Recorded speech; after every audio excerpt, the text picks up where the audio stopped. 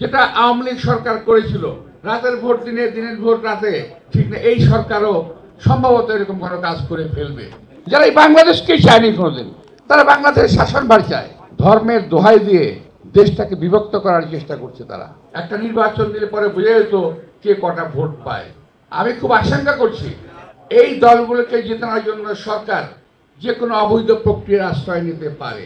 যেটা বিগত সরকার করেছিল, যেটা আওয়ামী লীগ সরকার করেছিল, রাতের ভোট দিনে, দিনের ভোট রাতে, ঠিক না এই সরকারও সম্ভবত এরকম কোনো কাজ করে ফেলবে।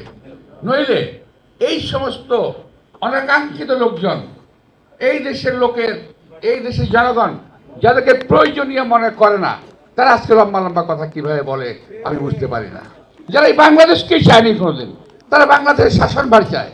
যারা ওই সময় পাকিস্তানকে চায় নাই, 1947 সালে তারা পাকিস্তানের বিরোধিতা করেছে, 1971 সালে বাংলাদেশের বিরোধিতা করেছে, 1996 এবং আরো কয়েকটা সময় এই দেশের জনগণের মানুষের স্বার্থের কথা বিরুদ্ধে কথা বলেছে।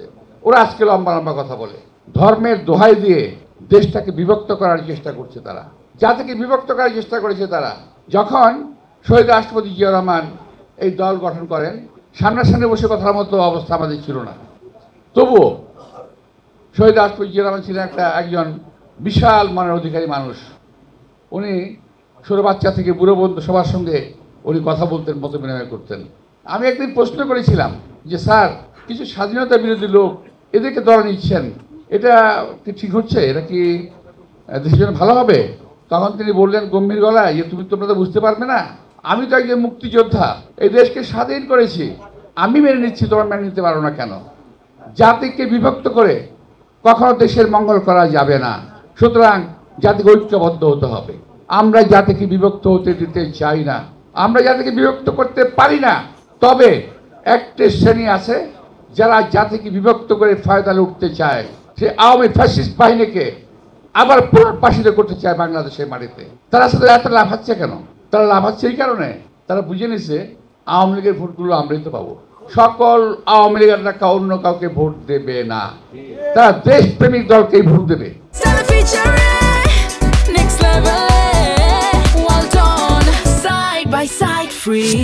আমাকে মনোনয়ন দেওয়া হয়েছে, তো আমার চেয়ে বেশি আমি খুশি হয়েছি আমাদের সিনাজপুরে যারা পেয়েছে তাদের জন্য, এবং নতুন পুরনো মিলে একটি আমার মনে হয় যে মনোনয়নটা হয়েছে, একটা সুন্দর মনোনয়ন হয়েছে।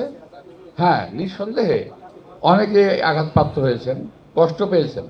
অ্যাক্টিং চেয়ারম্যান সাহেব যেটা করেছেন ভেবেচিন্তে করেছেন, আমরা অনেকটা সুযোগ দেওয়ার চেষ্টা করেছি, উনি গ্রহণও করেছেন। তো এখন একই জায়গায় তো অনেক ভালো ভালো প্রার্থী থাকতেই পারে, তো তার মধ্যে একজনকে দিতে হবে, তো উনি সেটাই করেছেন। তো আমরা সবাই মিলে যদি কাজ করি, আমরা যে নির্বাচনী বিশাল একটা যাত্রার নির্বাচনী পথে আমরা রওনা হয়েছি, সেখানে আমাদেরকে জয়লাভ করতে হবে। সেটাকে মাথায় রেখে আমরা সবাই একযোগে কাজ করব।